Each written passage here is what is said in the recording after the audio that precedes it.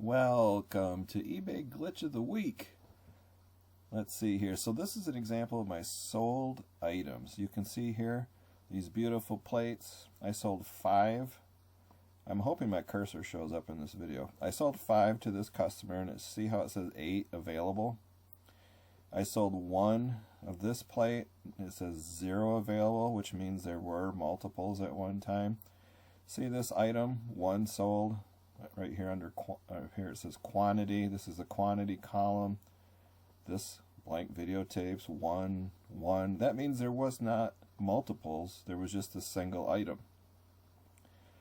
Well, let's get up to here. Coca-Cola Oreo flavored Baki. Somebody wanted it though. All right, Imogene Coca. If you know, you know. She's a famous actor, comedian. This is a playbill from 1965 that she autographed. Very cool.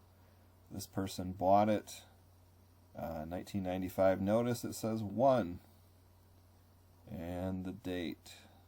Well, the carrier scanned it on May 8. When did we sell this? Sold it on May 7. Well, then I sold some underwear, a tool, a drill bit. Very nice. Everything's looking good so far. Okay, hold on. What? The same person.